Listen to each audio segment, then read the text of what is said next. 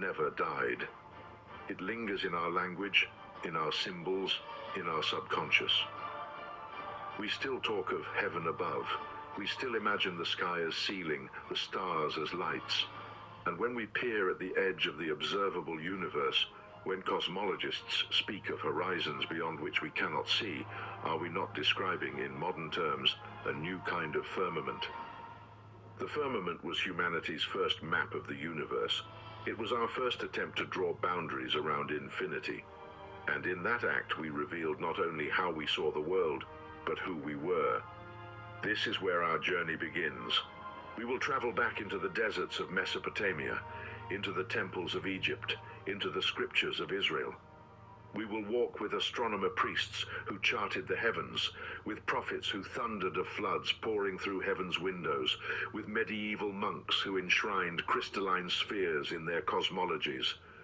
We will follow the firmament as it rose, as it rained, as it cracked and shattered beneath the weight of science. And we will see how, in strange ways, it survives even now, not as literal truth, but as metaphor, as warning, as archetype. Because the question is not only whether the firmament was real, the question is why it mattered so much, and why we may still be building invisible firmaments of our own. Look up tonight. The stars do not look like suns scattered through infinite space. To the naked eye, they still resemble what our ancestors saw, a vault, a canopy, a dome. Perhaps we are not so different from them. Perhaps the firmament is not dead. Perhaps it is reborn every time we struggle to make sense of a universe that refuses to fit within our grasp. So the journey begins under that ancient dome, a ceiling hammered by divine hands, a boundary between chaos and order, the firmament, humanity's first map of the universe. But beneath the soil of history, questions whisper. Was the firmament only myth or memory? Did it protect us or blind us? And most haunting of all, if the firmament was our first attempt to explain the cosmos, what attempts are we making now? And will our descendants look at our models with the same mix of awe and disbelief? The dome of heaven waits. The journey has begun. The night sky has always been more than a backdrop. For ancient humanity, it was the greatest text ever written, a vast script stretching from horizon to horizon, its lines etched in starlight. And like any text, it begged to be read. By the 4th millennium BCE, in the river valleys of Mesopotamia, the firmament became more than myth. It became a map. Babylonian priests, the first astronomers, climbed ziggurats to watch the stars trace their paths. They charted their movements, recorded their risings and settings, and inscribed them onto clay tablets. But they did not see infinity. They saw precision within a dome. The sky was a machine, a vault hammered into place, turning with perfect order. From this vision came calendars, harvests timed to the appearance of certain constellations, omens drawn from eclipses, predictions of planetary conjunctions. The dome was no longer a passive ceiling. It was an active, breathing mechanism, a cosmic order that revealed both the will of the gods and the destiny of empires.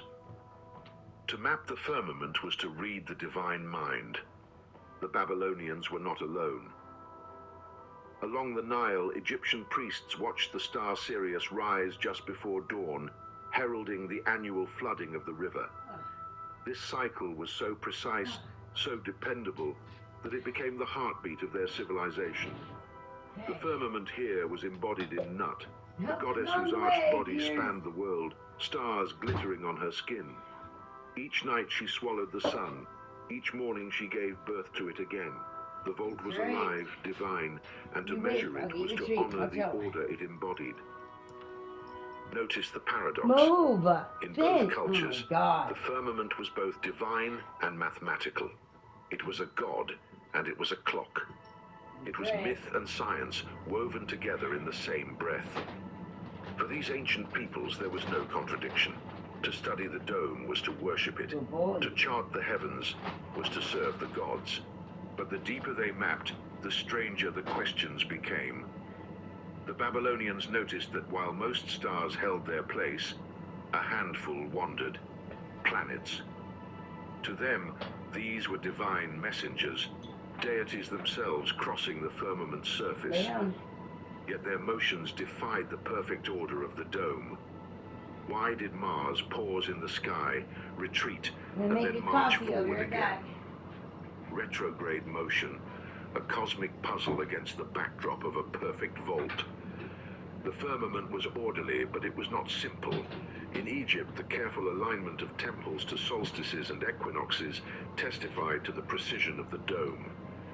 The firmament was not only a ceiling, but a ruler against which humanity could align stone and ritual. At Karnak, sunlight pierced sanctuaries on sacred days. At Abu Simbel, shafts of light illuminated statues deep within the temple only twice a year.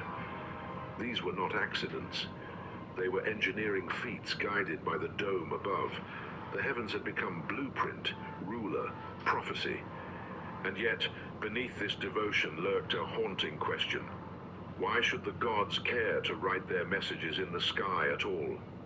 Why embed fate in stars, in eclipses, in planetary conjunctions? Did the firmament conceal as much as it revealed? To map it was to attempt mastery, but mastery of what? The dome remained a wall, impenetrable, unreachable. Humanity could measure its surface, but what lay beyond? This was the call to adventure. To read the heavens was to begin a journey into mystery, into a cosmos both knowable and unknowable. The firmament was no longer just protection. It was invitation. The dome challenged humanity to seek deeper order, to ask questions that stretched beyond survival. Why do the stars move as they do? Why do eclipses blot out the sun? Why does the moon wax and wane? Each answer, inscribed on clay or carved in stone, pulled us further into the adventure of cosmology. But this adventure carried risk. The heavens were not simply neutral data. They were alive with meaning. A misplaced interpretation could doom a king or topple a dynasty. A comet flashing across the dome could ignite terror, for it seemed to violate the perfect order of the vault. The firmament was not only map, it was omen, and omens carried consequence. Still, the adventure continued. From Mesopotamia spread the practice of celestial mapping, through Persia, into Greece, across the Mediterranean. Each culture inherited the dome and inscribed new meaning onto its surface. The call to adventure was universal, irresistible. To look at the sky was to be called into mystery, to feel the pull of the infinite disguised as order. Here perhaps lies the heart of the firmament's enduring power. It was not merely a wall, it was a mirror. In its order, humanity saw divine will, cosmic purpose, the possibility of certainty in a chaotic world. But in its anomalies, its wandering stars, its eclipses, its comets, humanity saw mystery, danger, the reminder that the vault might one day crack. This duality, order and chaos, certainty and doubt, is what kept the firmament alive. It was both comfort and challenge, protector and puzzle. And as cultures mapped it, they were not only charting stars, they were charting themselves. The dome reflected their fears, their hopes, their longing for meaning in the darkness. But adventure always carries cost. The more humanity charted the heavens, the more cracks appeared in the dome's perfection. Retrograde We're motions, cracking reality, irregular that's why. eclipses, unpredictable comets. Our Each reality, anomaly was a anyway. wound in the vault, a whisper that the The firmament might Matrix, not be as that's solid what we as it call it. seemed. And with each crack, the call to adventure grew louder. So the tablets were inscribed, the temples aligned, the myths woven into constellations. Humanity answered the call, not yet knowing that to map the firmament was to begin dismantling it. For in trying to measure the dome, we set ourselves on the path that would one day break it. The firmament was our first map of the universe, our first attempt to impose order on infinity. But as with all adventures, the moment you set foot across the threshold, you cannot turn back. The dome of heaven would not survive unbroken.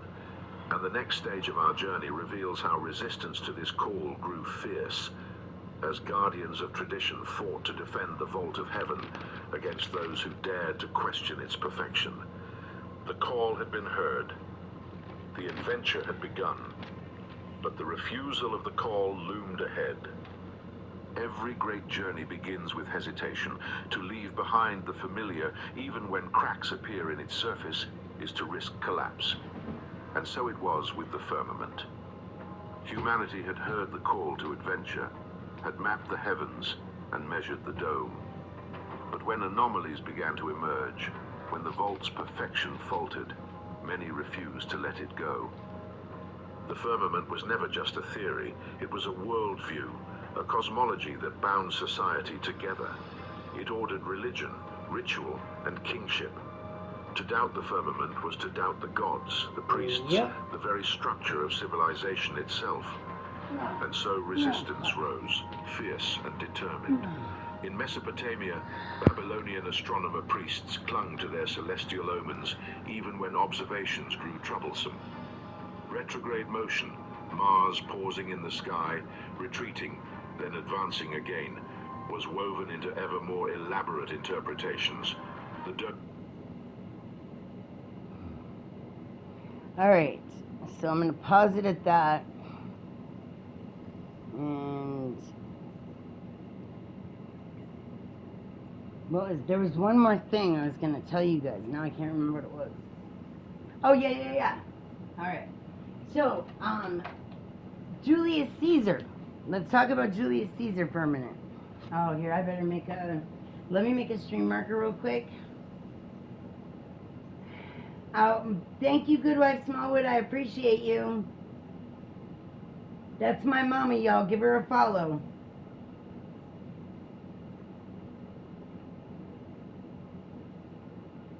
Alright.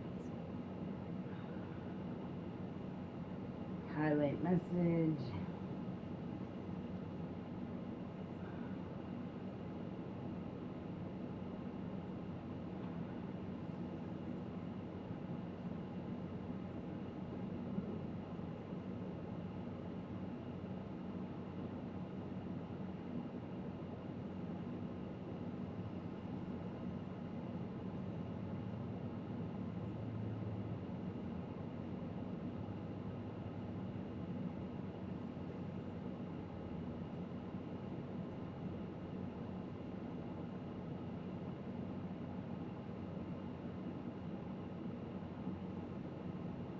Alright. I do not own the rights to any of this stuff that we've been listening to. I have to keep saying that so I don't get in trouble. But I just want to say, Julius Caesar, he is the smartest man and the best hustler in the fucking world. Because Julius Caesar, I don't know how to spell it, created a leap year. Not any religion celebrates the same holidays or the same beliefs or whatever. But Julius Caesar made an entire fucking planet. All of Earth believes in leap year. A fake day of the year every 4 years. An imaginary day every 4 years. And the entire planet believes in that. Now, I mean, you know what I'm saying? Like, how does that happen? How does one make an entire planet believe something? It must be true in all their religions and beliefs. Make an entire planet. Whoops, I'm yelling. I'm sorry, guys. I don't want to yell. I'm sorry. I don't need to yell.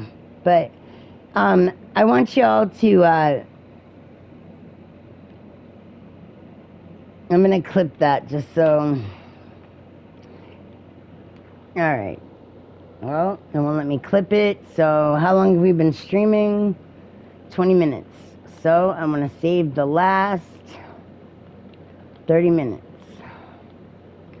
And save the last